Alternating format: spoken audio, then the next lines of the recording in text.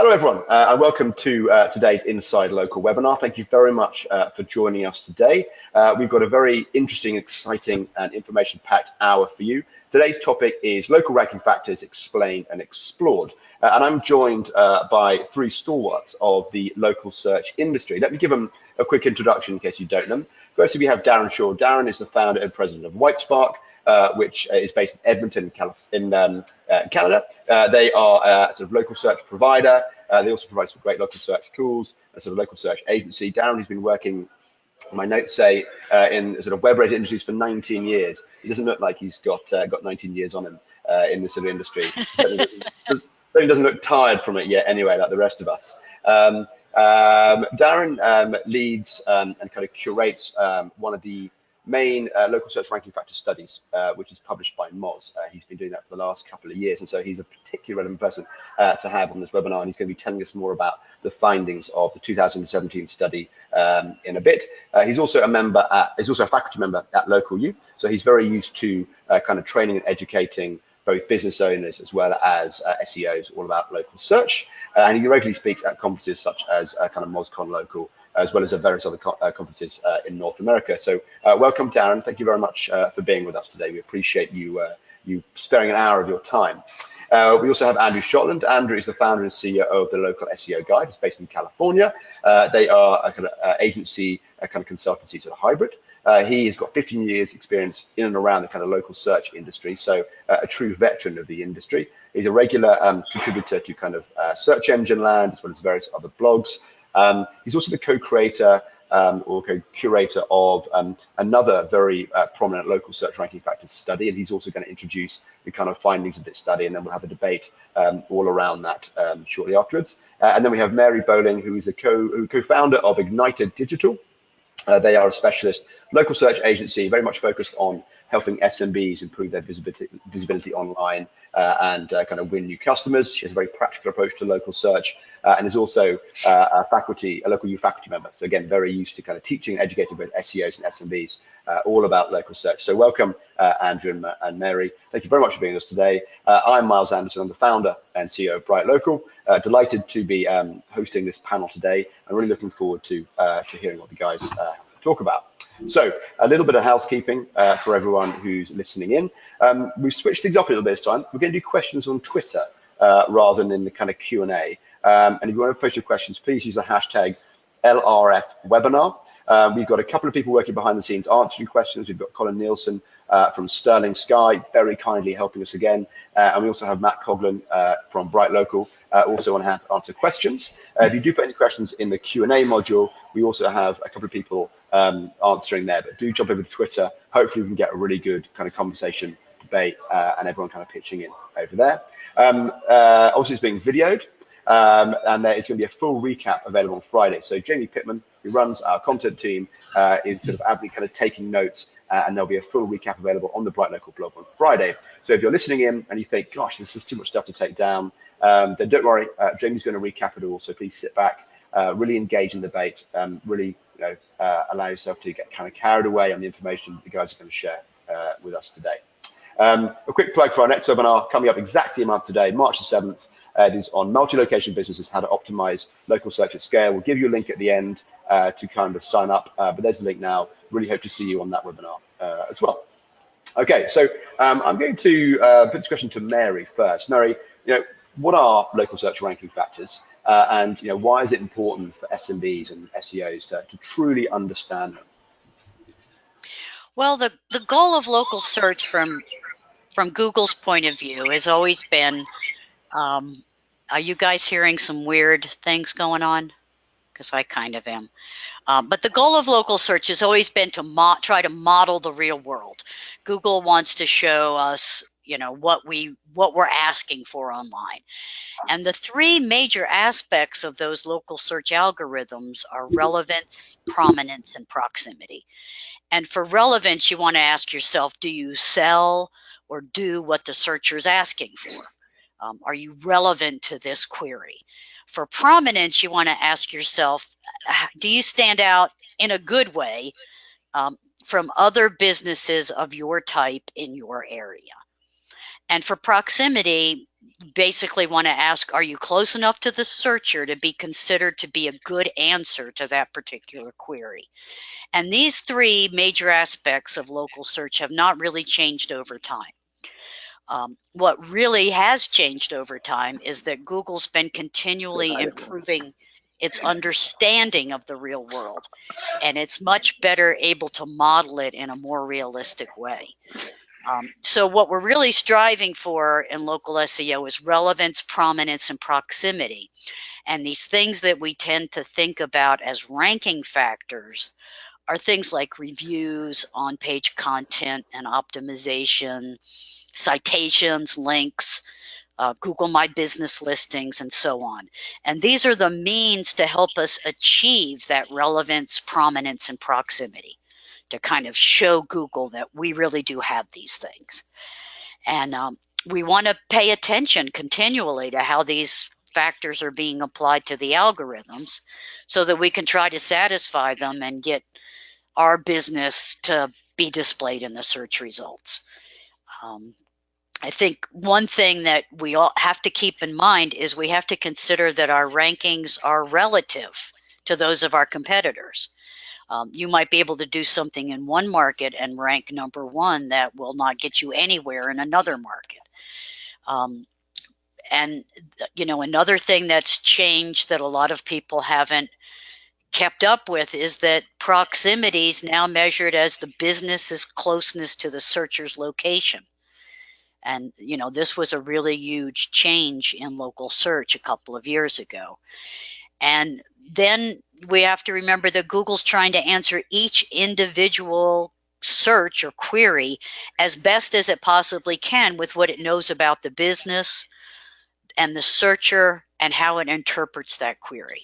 So ranking factors are not something that are set in stone. They're things to help guide us towards achieving that relevance and prominence and proximity and letting Google know that we have those assets. Mary, great. That's a really thorough and detailed kind of breakdown, and hopefully you've used a lot of language there that any SMBs listening to us today can really kind of get their heads around. Because some of the stuff can be quite sort of quite jargon heavy. We're going to do a good job of today of kind of trying to keep things kind of jargon free, while not also kind of dumbing down the conversation. What we're also going to do is we're going to have a bit of a theoretical discussion, and then really start to look at strategies and tactics for influencing those three elements that Mary mentioned. So Mary kicked us off in great style there. Thank you. I'm going to come to the next two panelists and get them to talk a little about the pedigree, why we've got them on today. So Darren, can you explain a little bit more about the local search ranking factor study that you are the kind of curator of? And I'm sure it's incredibly time consuming because I've taken part in it before, and it's not a light undertaking. But can you kind of talk to us a little bit about the sort of study, how it's done? What are the key findings in 2017? Certainly, yeah. You can't really talk about the local search ranking factors survey without mentioning David Mim. He was the originator of the survey. He carried it for the first, I think he started in 2008 maybe. But he's been running that survey for a long time, and he published it mostly on his own website, davidmim.com, and then I think on Get Listed for a while, and then Get Listed acquired Moz, and so it became a Moz resource that he ran through Moz for a few years, and then when he left Moz, he got busy with his own company Tidings, and he handed the reins of the survey to me. So it's a great honor to be able to run it. And yeah, it's a lot of work, but it's also a lot of fun. It's also fascinating to be able to see people's responses. So I feel really thrilled to be able to manage it.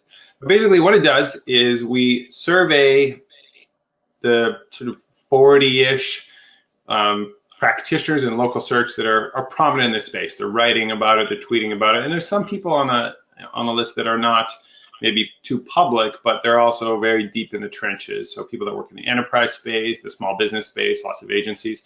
So it's basically opinion-based. It's a lot of people saying, this is what we see moving the needle in local search for our clients or our business or whatever. And so the survey is constructed of sort of 5 main questions. And then what you do is you typically say, here are 200 factors broken down into different categories, like your citation-related factors, your Google My Business-related factors, your website-related factors, your link factors, behavioral factors, personalization, social. So we have all these categories, and what the participants need to do is they need to pick and rate them from 1 to 20 what they think is most important to answer each question. So if we're talking about local pack and finder rankings, or you're talking about local organic rankings, you kind of sort them and say, I think this is probably the most important thing.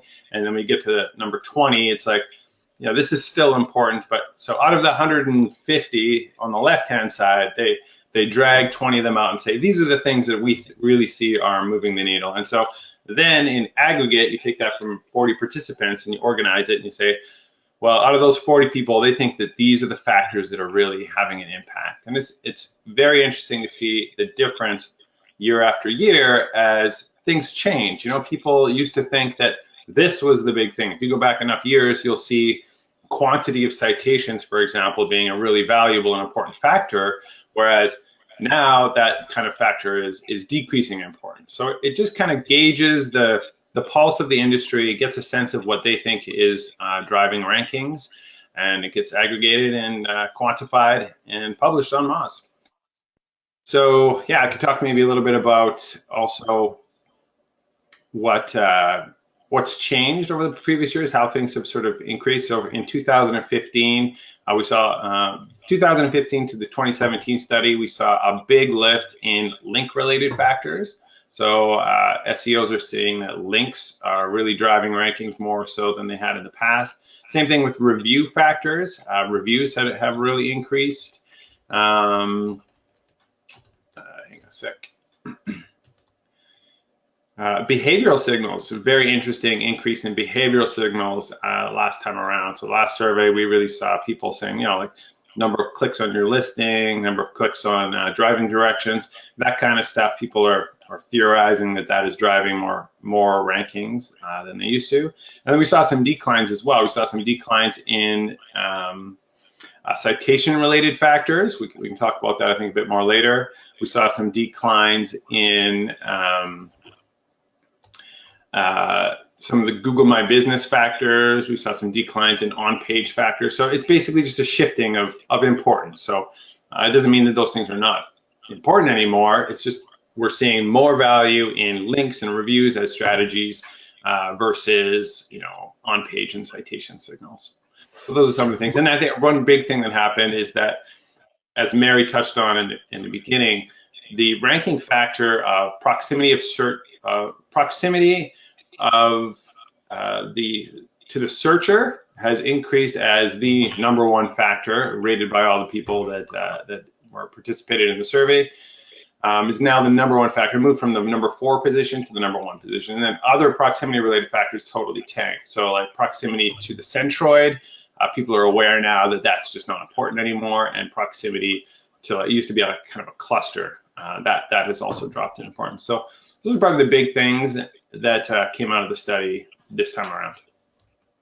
Okay, that's great. And just for listeners, we are going to get into some good tactical discussion in a minute. We're just kind of setting the scene here. I also think it's great that Darren has managed to match up his jumper with the charts on the slide as well. It's like a ranking factors jumper you've got on, which is incredible. I'm very jealous. That wasn't even intentional. It just worked out well. Yeah. Okay, Darren, that's great. Thank you very much for that detailed sort of run through. Andrew, let's talk a little bit about the sort of separate study that you've conducted. Sure. So for the last 2 years, so we've always participated in the survey that Darren operates since its inception, and it's been a great kind of asset for local search. But we were always kind of going, well, there's got to be something more than just a bunch of gurus sharing notes on what they see. Maybe there's a way to complement that study with something that's a little more data intensive. And so we decided that maybe we could take a crack at pretending we're like Google and kind of look at a big set of data and try to draw some conclusions from that to basically help with our own work and then share with the community. And our VP of Search, Dan Leapson, spearheaded this development of this study about 2 years ago, where we looked at about 35,000 local businesses, 100 plus factors. And we worked with the University of California at Irvine's statistics department to get someone who actually understands how to work with data at a big scale and interpret it to interpret it. We also work with Places Scout to get the data. We also suck data in from Majestic and Moz's link graph. And the idea was to get as much stuff as we can to put in and say, okay, what does it mean? What does it show seems to be important for local rankings? And so we published the first one about 2 years ago. We just published the second one in, I believe, November of 2017. We basically doubled the amount of data we look at. Now 100,000 businesses, still 100 plus factors or so. And we don't claim that it's definitive or anything. It's just another data set to go, well, this is kind of what it looks like. And it pretty much mirrors what Darren was saying, right? Is that when we first started, links were pretty much the coin of the realm. And that's partly because they're really effective and partly because the data we looked at a lot of link data. And then this year we added a lot more review data in, and surprise, surprise, review data. Reviews seem to be pretty prominent in their at least correlation with local ranking factors. And basically, the other thing we've kind of seen is that the organic algorithm seems to be taking over the local algorithm. And we've long argued that the local algorithm is a lousy, low invested algorithm by Google. Whereas the non-local algorithm has 20 years of investment and is far superior and stronger than the local algorithm. And so what that translates into reality is that, hey, things like links and updating your title tags and doing the stuff that you would normally do, Gesundheit for SEO would be something you would do for local SEO too. Okay, that's great. And were there any kind of major surprises when you did this year's survey? Anything you thought that's way more important than I thought it would be, or way less important? And also, could you explain the very large green bar on the left? How come that stands out so much more than anything else? The very large bar on the green left is, I think, I can't remember exactly what the phrase we used. It's basically organic, total additional organic rankings. So basically that means if you rank well in non-local search, you're going to rank well in the local pack. So what that means is that if you have a strong domain, you're doing normal SEO well, there's a higher odds that you'll show up in the local pack.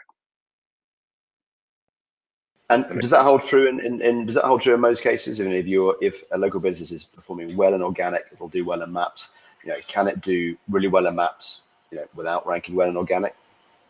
Well, I think it's hard to say in most cases because it's so vertical and geographic dependent. Every SERP is almost different, right? So it's easy to say, sure, I'm not Google. I can't really confirm that. But I think anecdotally, sure, the stronger your domain, the more likely you are to rank well in both organic and local packs. Okay, great. Andrew, again, another fantastic kind of recap, and we will come on to some more kind of tactical discussion in a minute, but I'm going to throw a question at Mary. So Mary, I think you probably participated in the study that Darren kind of coordinates, but you've read both the studies. You've also kind of worked in local search, for many, many years. Do you agree with all the findings of these two studies? And do you think that too much or too little value is attributed to certain factors? I think what happens is that some people give too much value to what they see in these surveys. Darren's is really a gut check of people in the industry, what they think and feel has happened over the last year. And not that doesn't have value. That has a lot of value. And I think one of the values it has is that it makes a lot of us sit down and really think about these things at least once a year and try to make some sense of them. And, Andrew and Dan's study is based on data. And that's right too. It's like there's no right or wrong. It's just that I think we need to use these as a basis for making decisions and not sit there and say, well, links are the best thing, so all I'm going to do is build links now, or proximity is the biggest thing, so I'm going to set up new offices all over the place. You know, it's more they're both based on trying to help us understand what affects rankings. And the reality is that hundreds and hundreds of things affect rankings. And we're just trying to figure out, you know, what things are more important to pay attention to than others at any given time. And I would not look at them as absolutes. Okay, great. Let's discuss what is called the Trimodal algorithm. Mary's actually already touched on the three kind of elements of that. But Andrew, maybe you can give a kind of layman's overview of what the Trimodal algorithm is.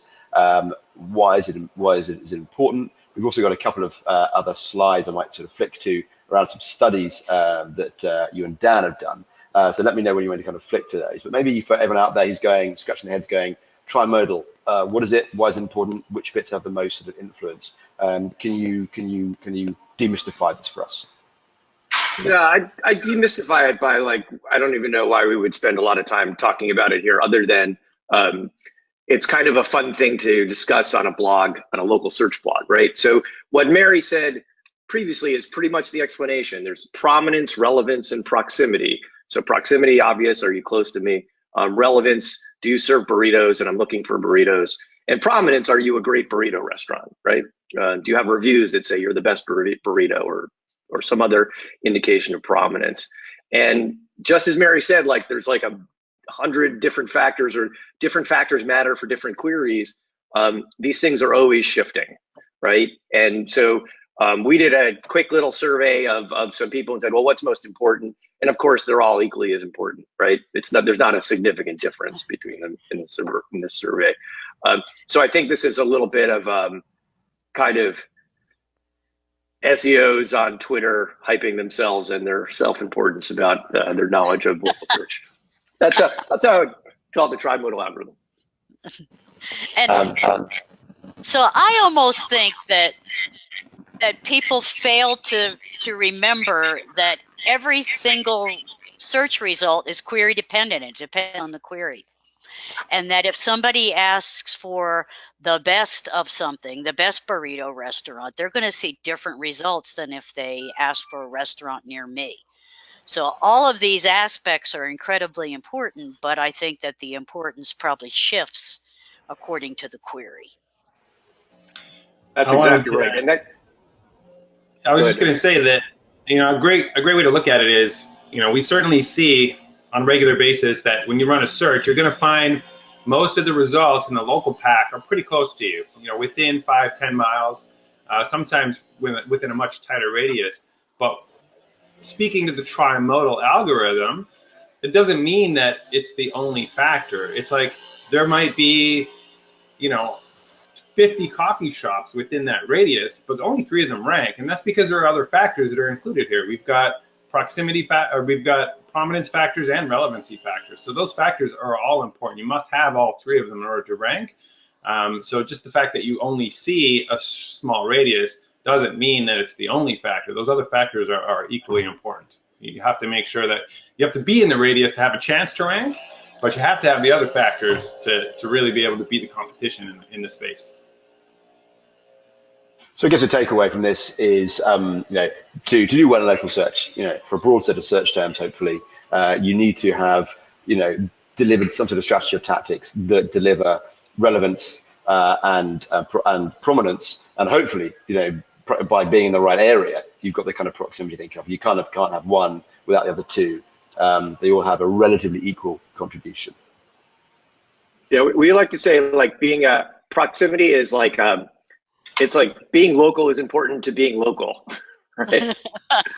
Being a business is important to ranking for business queries, right? So it's of course you need to be close. And one thing that's worth speaking to is that in the good old days, there kind of used to be one pack for the city. So if you typed in, you know, Denver lawyer, you would get a pack of Denver lawyers, and it's like Google assessed all of the lawyers in that city, and you would get results around the city. Now you pretty much you take a 10-minute walk, you're going to get completely different results. So everywhere around the city, you've got a completely different local pack, and so that's that shift towards proximity being important. That's that shift, that mental shift that business owners really need to realize, is that if you are especially service area business, if you're a service area business, you're not going to rank around the whole city. You're mostly going to rank pretty tight around your actual physical location. Okay, well, why don't we leap into the kind of more tactical part of the sort of webinar, because I think we've really sort of set the scene kind of quite nicely there. People are going like, okay, I get, there's these 3 things that I've got to do, but break it down for me. What can a local business do to influence the proximity and to pretty reach more customers? And I had lots of questions around things like, how do I rank for queries outside my area? I mean, one city is another city I can legitimately serve customers there. What can I do to get them? So, Darren, as you were kind of last talking, maybe you can, that kind of question. What can a local business that's in one city do to try and appear for searches in another city, or even as another next door neighborhood? Sure, you got 3 options. First option is you open another office in the other city. That would work to give you the sort of get you the proximity to get into the local pack. The second option is to do some AdWords. You can actually pay to rank there. The local pack ads are kind of amazing. You should be looking into that and getting into it. It's great value right now. So some local pack ads is a smart way to sort of broaden your scope and attract business from local search in other cities. And then the other one is organic. And so this is the play that we usually do. So if you are a service area business located in a suburb, you want to get rankings out of the big city, you build a page on your site and you optimize the heck out of it for that particular city. So you talk about the services you do in that city, you put some case studies in there, you have some team bios, you really build out the page with a ton of great content, very localized to the city. And then you can't get in the pack unless you have a physical location within the radius of the searcher, but you can get in the blue links down below. And we've used this tactic successfully, and it drives a ton of traffic. So you're looking to drive organic traffic through the organic link that you can get in the search results by building a great page and then building some links to that page, both internally and externally. So those are really the 3 things. And then also, speaking to what I said earlier, just because you're proximate to the searcher doesn't mean you're going to rank. You still need all the other local search ranking factors. You still must have your citations in order. You still must have good reviews coming in. You still must have the proper category set in Google My Business. You still need all of the traditional local ranking factors in order to be able to be one of the prominent businesses that has a chance of ranking. If you're outside of 10 miles, you probably don't have much of a chance at all in the local pack. But even if you're right next door, you might not rank if you don't have strong enough other signals. So it's a matter of optimizing all of that stuff in order to be able to rank. But if we're talking about multi-city, organic or paid is pretty much your play there. You're not going to really rank in another city in the local pack unless you're right on the edge of the city, and you might rank for people that are also just barely inside, because the proximity doesn't really distinguish between city. It's really radius around the searcher and then the businesses. I've got a couple of follow-on questions, and I'm going to come to Andrew next. So, Darren, you mentioned as an example there a service area business. You're building out this kind of location-specific service page. Can that tactic be applied to non-service area businesses? Yeah, definitely. So the case that actually we often reference is really successful are lawyers. They're not really service area businesses. People come to their office, but they wanted to rank over the whole province, basically the entire state. And so we made these great service pages.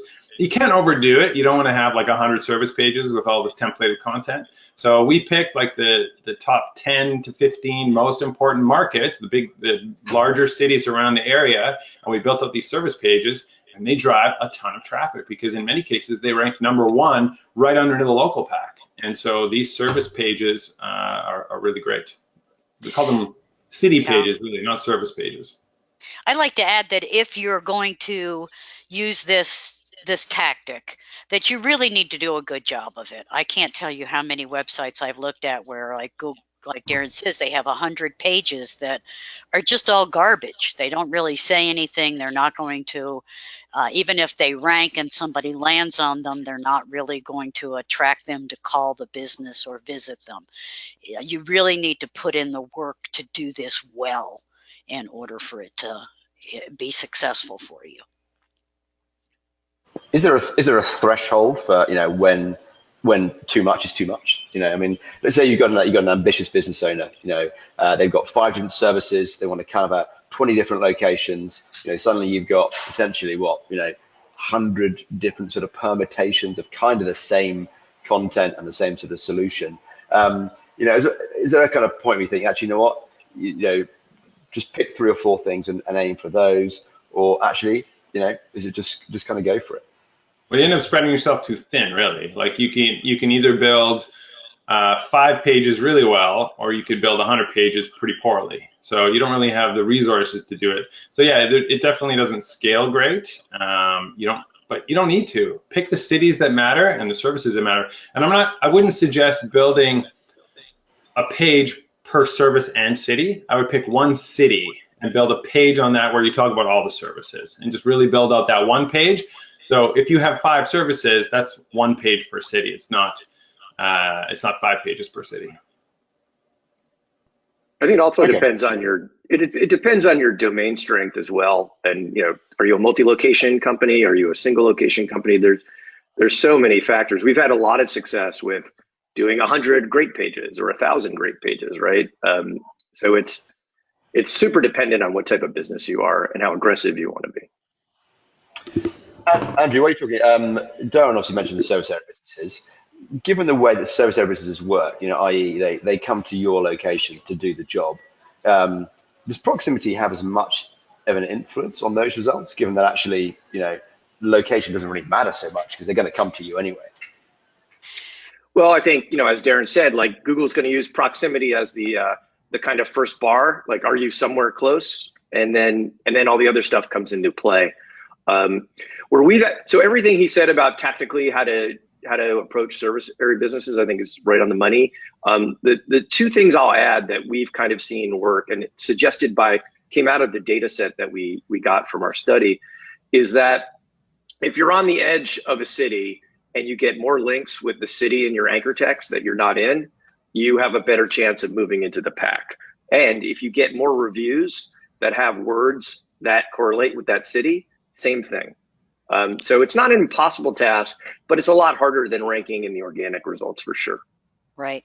And that's because you're increasing your relevance and you're increasing your authority and your prominence. Or your spam, whatever you prefer. Or your spam, yes. Yeah, I like to think of your business as like a tiny little dot. And Google knows you as this presence. It has a little bit of information about it. So if you're really close to the searcher, you might have a chance of ranking. But as you increase the number of people talking about your business, the number of people linking to your business, the number of citations you have, your dot grows. And as your dot grows, your proximity grows. Your ability to attract business from a larger area will grow because you're sort of widening your prominence and relevance, which will, by proxy, improve your ability to attract from a larger proximity. I think that's a great way of thinking about it is your relevance like kind of boosts your proximity or the definition of proximity, right? Yeah.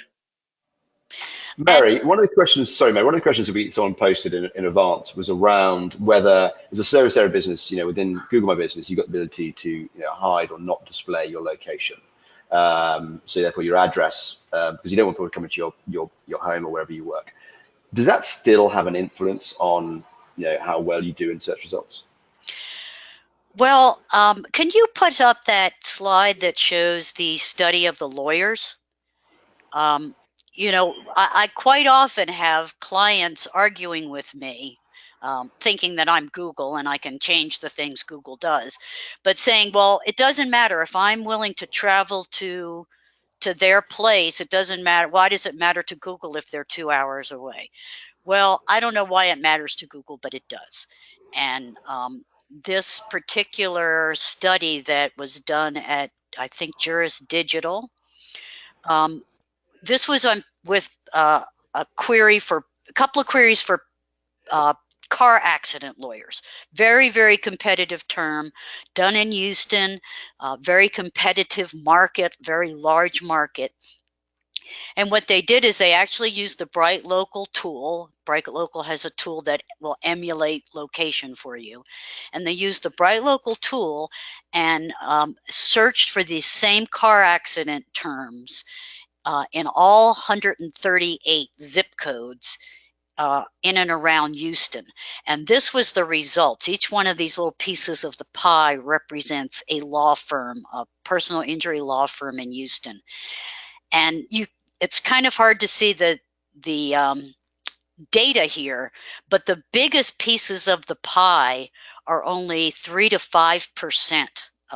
Those particular dominant lawyer or law firms only showed up 3 to 5% of the time as these searches, these queries were made around Houston. So I think that it's just kind of crazy for anybody these days to think that proximity doesn't matter for everything, including service area businesses. And Google's the one that gets to determine what that radius is, even though, as Andrew and Darren said, you can try to influence that proximity by increasing your relevance and prominence. You know, you are where you are and your searchers are where they are, and that's really not going to change. And apparently from, you know, this study here, you can see that it matters a lot to Google, even if we think that it doesn't matter to Google or shouldn't matter to Google. In Google My Business, you can set that service area, and I think a lot of small businesses that are just getting into local search have this mindset that, oh, well, I specified the service area in Google My Business that I serve this whole area, so I should be ranking in the local packs within that area. And so that's not accurate. You probably aren't going to rank too far outside of your radius. You can increase it a little bit, but generally when you get further, Google wants to display businesses that are close, and they don't really have a good concept of, well, this is a service area business. And I hope that they fix it, really, because it's a problem, especially for service area businesses. Let's say I'm looking for a plumber that comes to my house. I don't care if he's down the street. I just want the best plumber in all of Edmonton to come to my house. I want the results to reflect the best, not the closest. And so in some industries, I would like the closest. Maybe I'm looking for a coffee shop and I want it to be close by. Sure. Or I'm looking for tacos, whatever. I want that to be close by. But if I'm looking for a service area business, I don't want it to be close by. And so I really hope that Google incorporates that into the algorithm in the future so that businesses are ranked. Businesses that serve the entire city are ranked more on relevancy and prominence factors than proximity. So, but right now, when you set that service area, it does not mean you're going to rank in that service area. Okay, thanks. Sorry, man. I'm just going to post a question to Andrew, then we're going to jump on to the next section. This is another kind of question that's posted in advance. You often in certain cities or in certain industries, you get a cluster of similar businesses together. Like you might have a building that's got lots of insurance agents in it, or you might have, you know, realtors clustered around a certain area. Given their how close they are together, does that kind of sort of essentially rule out proximity? Does it become a non-factor when you're almost cheek by jowl with other businesses that you're competing with? Well, I think in the scenario Darren talks about where you're walking around a city with a mobile phone, yeah, I think it's actually in all scenarios, yeah, it's just a given, right? You're in a radius, and so if Google decides that radius is relevant to the query, to the searcher, those businesses stand a better chance of showing up. But now that they've all been put in that bucket, now they're competing on the other two factors, prominence and relevance. So it's kind of like the proximity thing is like, it's like the air, it's there. Like you can't really do much about it unless you're willing to move your company, like, you know, every 10 seconds to, you know, wherever the searcher is, which I think most people aren't. Okay, great. That's great, guys. Let's go on to discuss the to all your listeners, stop worrying about proximity. There's nothing you can do about it unless you want to set up an office on every block, which we can have to do. So Mary, let's talk about relevance now, and a quick sort of overview. We talk about kind of relevance. What does it mean in Google's eyes? What makes a business relevant? Well, basically in non-jargon terms is, do you do or sell or have what the searcher is looking for? And a lot of this is determined first by what category you put yourself in, on subcategories you put yourself in at Google My Business. The content that people have in reviews, are they saying that you're good at doing this thing that somebody is asking about? Does your website content talk about those things? Does the content about you that shows up in other places on the internet talk about you doing those things? When people find you in the search results and they click through to your website, do they stay there? Are they finding the answer to their question on your pages? So there's a lot of things. I think also, link text, as Andrew was mentioning. If you have a lot of links pointing to you saying that you're an Atlanta lawyer, Google says, this guy is an Atlanta lawyer. So relevance is a combination of a lot of things that kind of tell Google if you're a good answer to this particular query or not. And this can be really powerful with long tail searches. For example, if you're a Chinese restaurant and people say you have the best egg rolls in their review, then chances are when people ask for the best egg rolls near them, and if you're near them, then you're going to show up in those results. So just about everything you do can contribute to your relevance. Okay, thanks, Mary. So you touched on a lot of different sort of tactics there. So let's kind of get sort of tactical about this. Darren, what's in your sort of playbook for a typical kind of customer when you're wanting to influence, their, say there's a relevance rating? I'm sure you don't use that kind of terminology, but what are the sort of go-to approaches that you have for most customers, and any that you think really move the needle that businesses should be sort of focusing more of their attention on? There's a few places you can inject some relevance into your business's visibility in terms of in Google's eyes. And first and foremost, whatever page you're linking to in your Google My Business listing, so that web page is the page there where you control the relevancy signals you're giving Google, the direct ones that you're giving Google. So on that page, you want to optimize the title tag, you want topical relevance, you want to use keyword topics. You're not going to stuff the same keyword a number of times, but talk about related topics. Make sure that that page has a lot of content, that you've really built it out and you really talk about your services in detail. That really goes a long way to amplify the relevancy signal. Another one is reviews. Mary mentioned that, and I think that's a really big one. It's a huge factor on Yelp as well. So let's say you had a review that mentions best egg rolls. Type in best egg rolls, you're going to rank, and the same thing happens at Google. So you can actually massage that a little bit when you ask for reviews. So if you are asking for reviews, you could you could put in a little bit of wording saying it would be great if you mentioned the specific service that you had we did for you. So if you can get people to mention the service or what they liked best about the place, you can kind of guide the review text a little bit. That's very helpful because those signals really do help. A great way to get review signals is most businesses are doing work for their friends and family. Well, those people you could directly say, listen, just write the review that mentions these words, please, because you can usually get away with that in those reviews. You're not going to ask all your customers that, but when you're getting reviews from people that you directly know, then it's nice to pass on that information that those keywords in the reviews really help.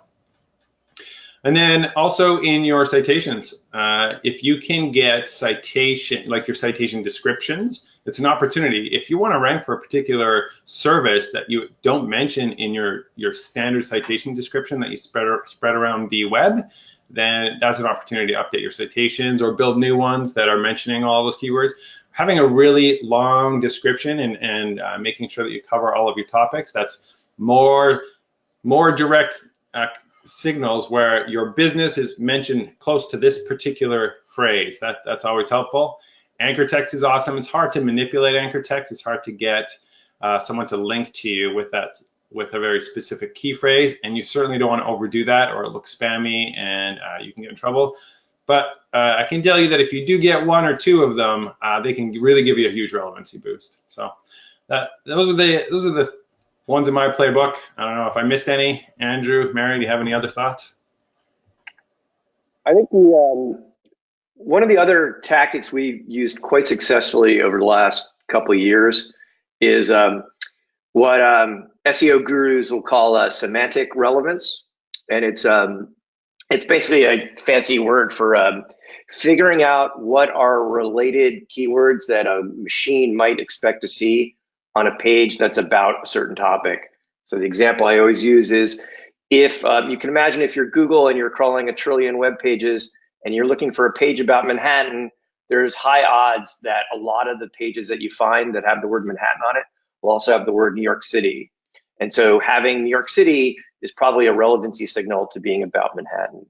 And so if you can think about your keywords and what concepts you're trying to target, and then research the SERP. So we typically look at the top 30 URLs that are ranking for any given query and basically yank out all the key phrases there and figure out which ones are the most relevant and then apply them to a client's page. That tactic works almost every time. And it's something you can do without having to build links, without having to mess with citations, without having to do really much of anything except add a couple words to a page. That's a great idea. So Andrew, are you seeing, I mean, obviously, having your own website that you can control, you can do anything you kind of want to it, as opposed to trying to build links where you're, building relationships with some third parties. Much easier to do stuff on the site. Are you still seeing a good amount of impact coming from some shrewd optimization of your own website without even having to kind of go and look at external factors? Yeah, I mean, if we wanted to coin a new phrase, we'd say relevance is the new link, right? And so, in fact, if most companies can't wrap their head around link building, don't want to invest in it, don't believe in it, hate it, got burned. If you're one of those companies, the best thing you can do, assuming all the rest of your SEO is kind of stable, is invest in this kind of manipulation, for lack of a better word. And so I'll give you some real world data. We have a client that wanted to rank for plus size swimwear keywords last year. And you can imagine when we did this exercise, we looked at what pages ranked for plus size swimwear, plus size bathing suits. And one of the phrases that stood out was flattering. And you can imagine anybody who's looking for a bathing suit probably wants a flattering one, especially a plus size bathing suit. And all we did was add the word flattering and a couple of other things, designer, tankini, I think was one of the words, to this page. And within 24 hours, it was ranking for many more keywords that were kind of relevant to that query. It didn't necessarily increase in rankings for plus size swimwear. It just broadened the number of keywords it was kind of relevant for. And I think over a month, the organic traffic to that page was up 27% versus the rest of the site, which was down because it was out of season.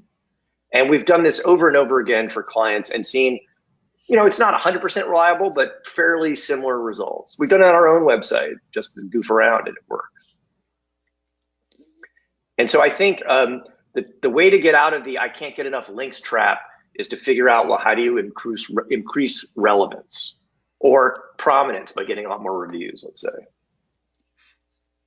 And is relevance just about your products and services, or should you also be targeting kind of location relevance? You mentioned Manhattan and New York, but should you also be trying to kind of get your cities you want to rank in, or other sort of locations?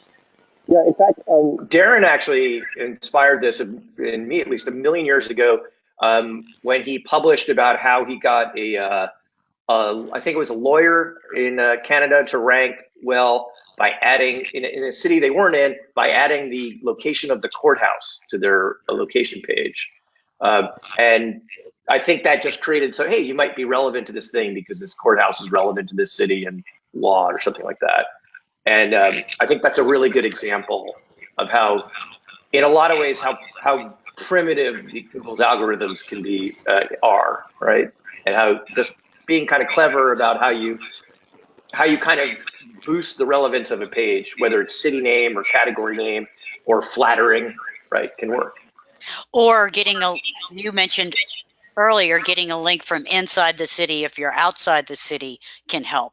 And I think that gaining decent links is probably the single most neglected tactic in search and local search. So many people got scared away by Penguin that they just don't even touch links anymore. And links can add a lot of relevance, a lot of location relevance to you by joining the local Chamber of Commerce, the Better Business Bureau, sponsoring local events and local nonprofits and that sort of thing, getting mentioned in the local media of different places. Those all really help to boost your relevance for that particular location. I think one thing a lot of people don't think about is that local link building, forget about the SEO side, sometimes it just drives a lot of business right on its own. So you sponsor a local 5K run, or you sponsor a Little League sports team, or you are a member of the chamber. That stuff can drive business direct. It doesn't necessarily have to influence your ranking. So there's the secondary benefit that it influences your ranking, but there's huge value in doing it. And yeah, as Mary mentioned, it's very neglected. It's often neglected because people don't know what to do, but if you just take that sponsorship angle and the local chamber angle, those ones, you know how to do those. You can do those, just type in title sponsors plus city, you're going to find all of the results that you need to find sponsorship opportunities. And then you can look up the local chambers and that stuff. It's actually a great thing for those service area businesses that want to attract more business from other cities. Then getting involved with sponsorships and chambers can drive business direct from those areas, as well as improve your local rankings. Darren, I know I'm going to ask you this. I'd like to just sorry, go on, Andrew. I just would like to pat ourselves on the back collectively at an industry. We are probably the biggest sponsors of local charities in the fucking world, and no one gives us any credit for it. And it's a win-win situation for everyone. Exactly. Dan, I'm going to ask you a question. You mentioned a while ago about the page you link to from your Google My Business page. I know there's going to be lots of people going like, should I link to a location page?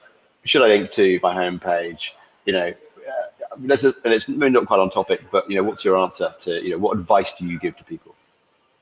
Funny you should ask. I just did a post about that. I started a new video series called the White Spark Weekly. And so the last one I did was about linking, which page should you link to?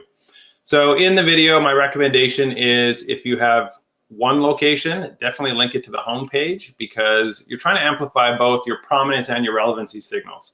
And so your home page is where most of the links go to. For most small businesses or even any business, the home page is the page that gets all the links. So you're really amplifying your prominence signal with your link factors if you link to your home page. So your Google My Business is now pointing at the home page. You're getting the benefit of the links.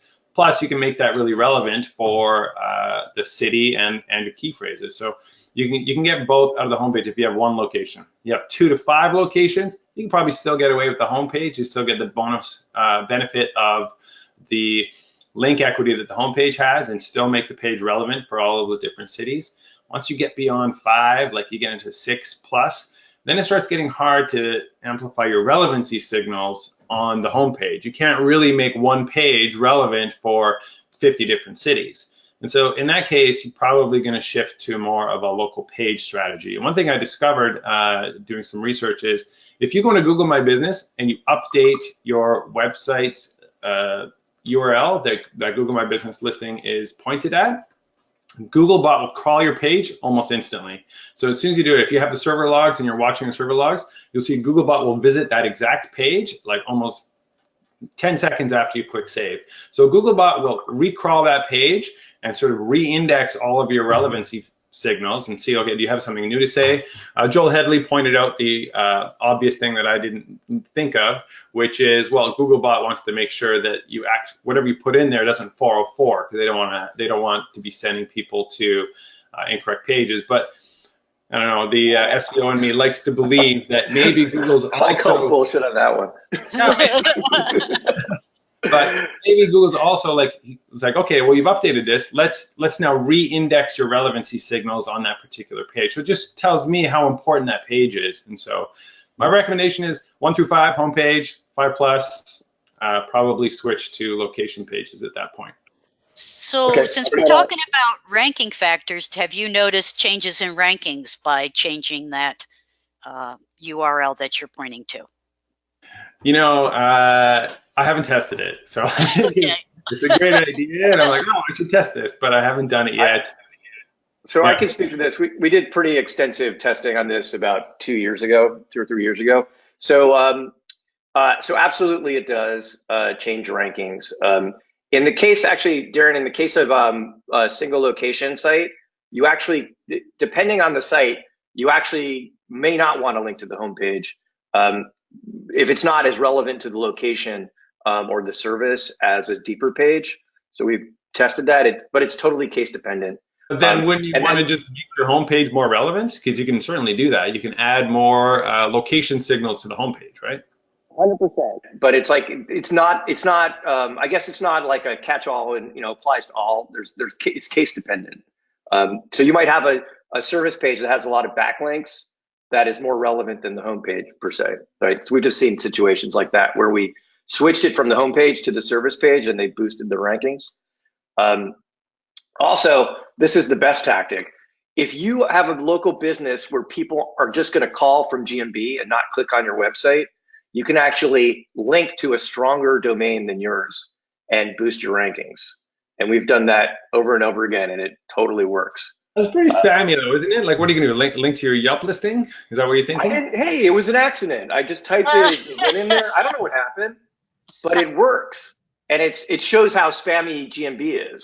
I think it actually technically might be against the guidelines, that one. I think so too, but that doesn't mean that those guidelines are being enforced. I haven't seen it a lot. Yeah, people linking to their city search. Like sometimes I've seen them link to the Yelp directory listing, like a list of everything. So yeah, right. Or their BBB listing. Yeah. So there's a listing we've been monitoring for now 3 years that uses this tactic for 3 years.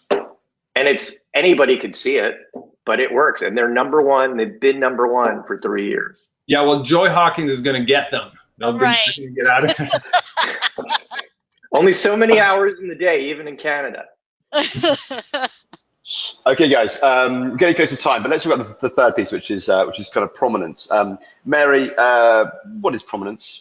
What does it really mean to kind of businesses to be prominent?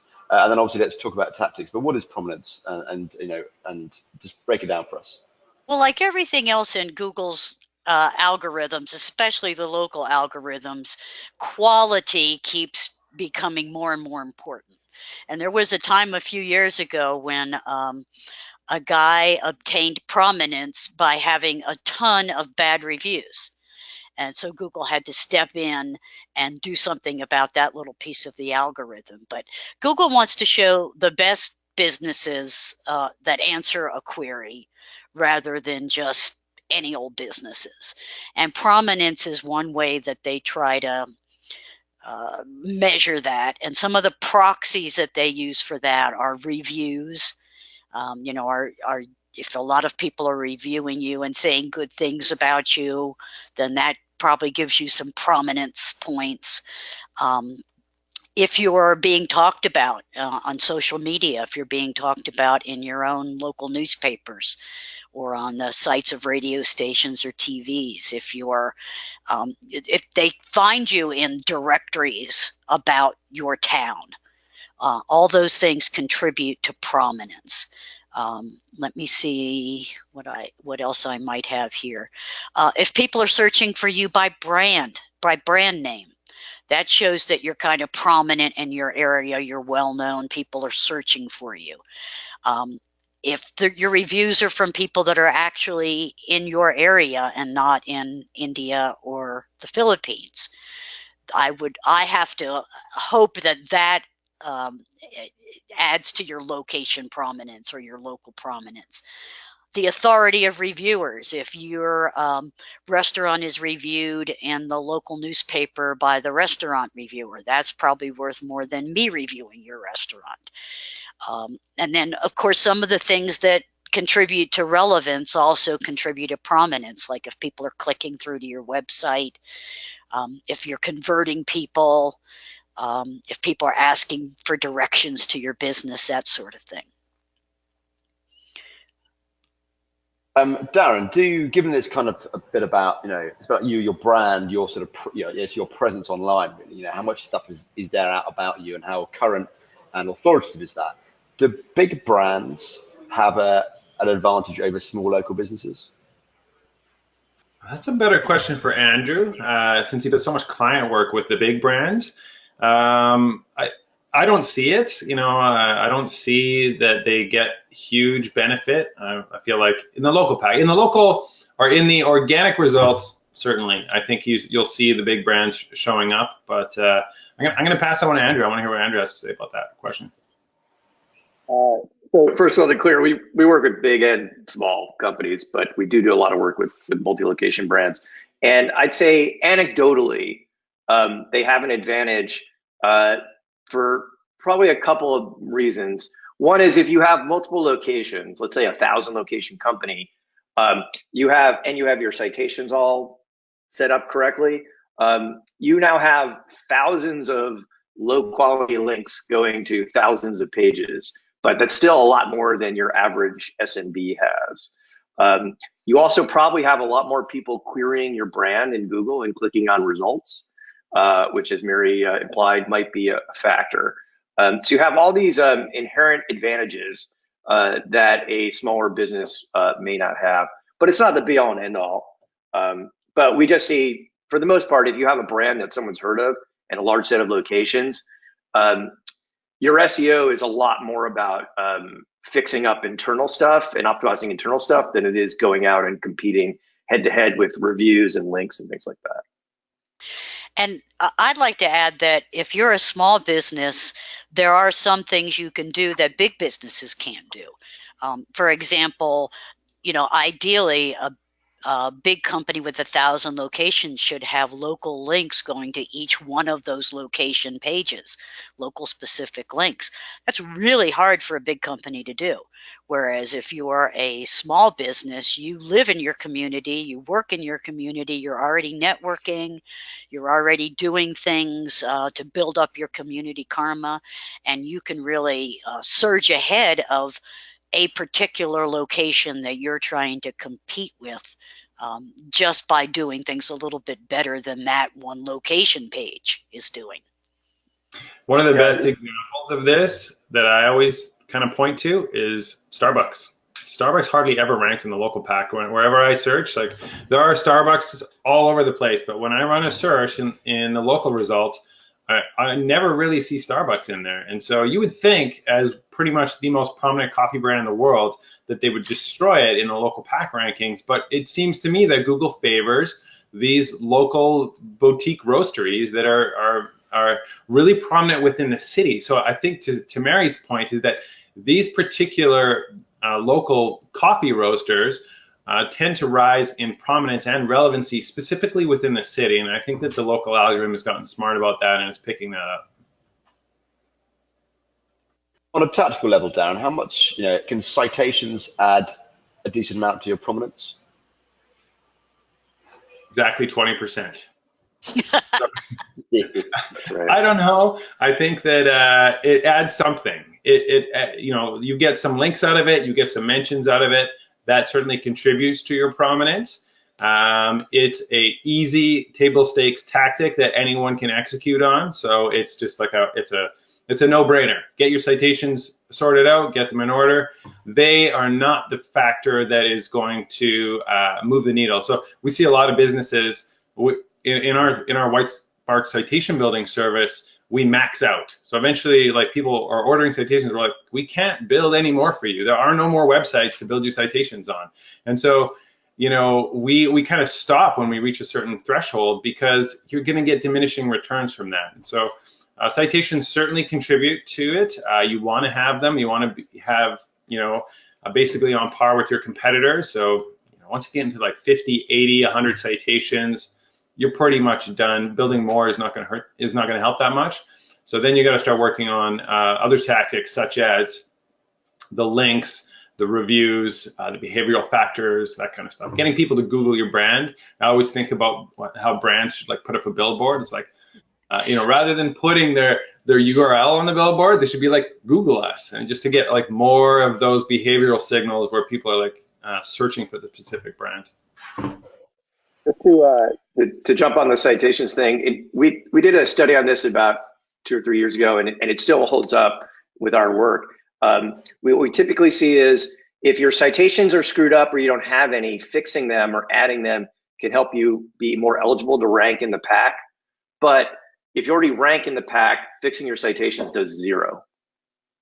I like that concept, being eligible to rank. Like, I think you can put, you know, a lot of this stuff is like the table stakes. So having your citations in order, being proximate to the searcher, those are things that, you know, just kind of make you eligible, but they're not really the needle movers.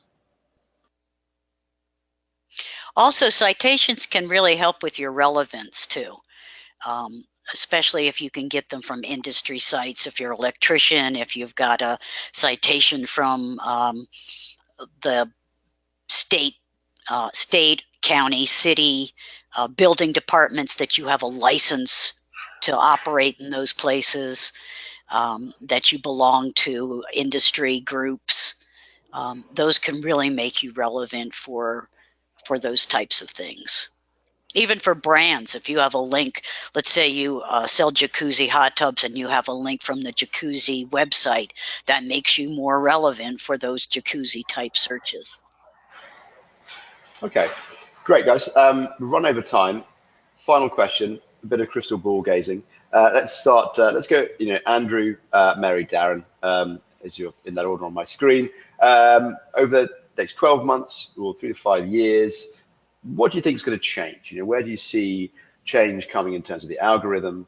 And, you know, where would you advise kind of future thinking to the SEOs to start to develop their skills or start to put their investment into, or business to invest into, to ensure that they still gain traffic from either pack or organic search results? Well, besides doing the basics, we think an emphasis on Google's native reviews and let's just call it native Google stuff, which it seems like every 6 months or there's like more native Google stuff, is where you want to pay attention to. So as an example, this Google My Business Q&A product that rolled out a few months ago that is now, I don't know, Mike Blumenthal put out some data about how many of these locations now have actually Q&A content that no brand is paying attention to. That doesn't seem to be a factor now in any kind of rankings, but if they keep it going, will probably end up being a factor.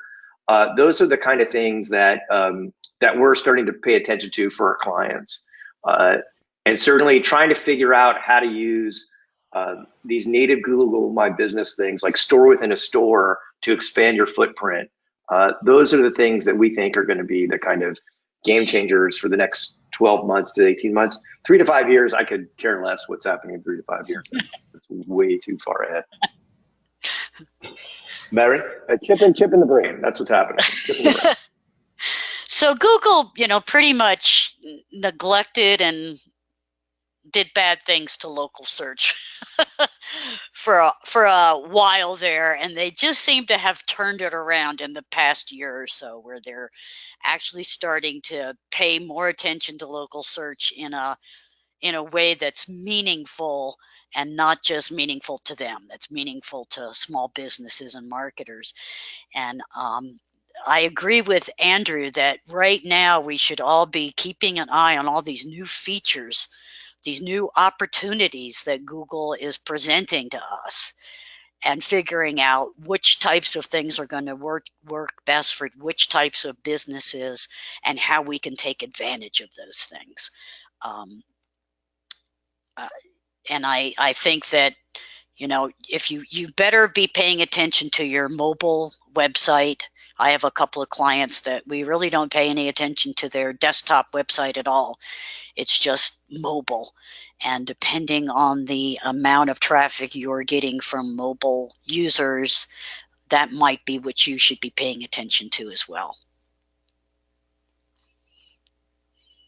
I think behavioral factors are going to continue to grow in importance, and not just the traditional ones that we already think about, like driving directions, clicks to your website, clicks to call. Those are some classic things. Clicks on your organic listings, branded search. All of those factors, I think, really help Google to understand which are the popular and prominent businesses in a city. But I see that as an area for Google's continued research to grow, where they are getting data sources that we don't really have any influence over. So they're getting data from credit card businesses or credit card companies now, so they can see, well, which of these local restaurants has more transactions than others. They're getting open table data. They can see which restaurants are getting more reservations. They're getting tons of different data sources that they are now incorporating into how they rank businesses, because you can't manipulate that. You can't pretend that you actually have more customers than you do if Google has the direct data that shows that you're actually not serving that many customers. And so they can see who the prominent businesses are in many new ways. And so the ranking factor in 5 years is just be an awesome business and you'll rank better. You know, it's like you're just be that great business. Another one that I really think is growing in importance, which I wouldn't call a ranking factor, but it is something that all local SEO practitioners and agencies need to be aware of, and that is an increasing squeeze on the available organic inventory. So that's already, the squeeze has happened on proximity. That squeeze is now happening via ads. So they're going to continue to add more and more advertising into the local space. If you are a practitioner and you're not up on AdWords, it is time to start looking into that and making sure that you can. Right now is it's a golden age for local pack ads. You should be getting your clients into those local pack ads. Research it, spend a day reading the latest articles on it, and start offering local pack ads to your clients. I think there's huge benefit there, because you're not necessarily selling rankings, you're selling more business. And so if you're not getting into the ad space, it's time to start. Okay, great guys, thank you very much. That kind of wraps things up. We've obviously run over time. Most people have held on, so thank you everyone for kind of listening in today. Special thanks to kind of Darren, Andrew, and Mary for all your insights and for being just genuinely awesome. That was really, really good. I really enjoyed that. I know our write-up is going to be just jam-packed full of very, very useful tips, tactics, and also that's just general kind of awareness and understanding of what's going on in the industry. It's so important when we're talking to our kind of clients, so we sound authoritative and knowledgeable, and you certainly provided so much value for us today. Quick nod to the next webinar, which is happening on March the 7th. It's about multi-location businesses. We're joined by Corey Graff, Andrew Dorfman, and Matthew Hunt. It's going to be another cracker, so please sign up for that webinar. See you in a month's time. Guys, thank you very much again. Have a great rest of your day wherever you are, and we'll see you on InsideLocal very soon.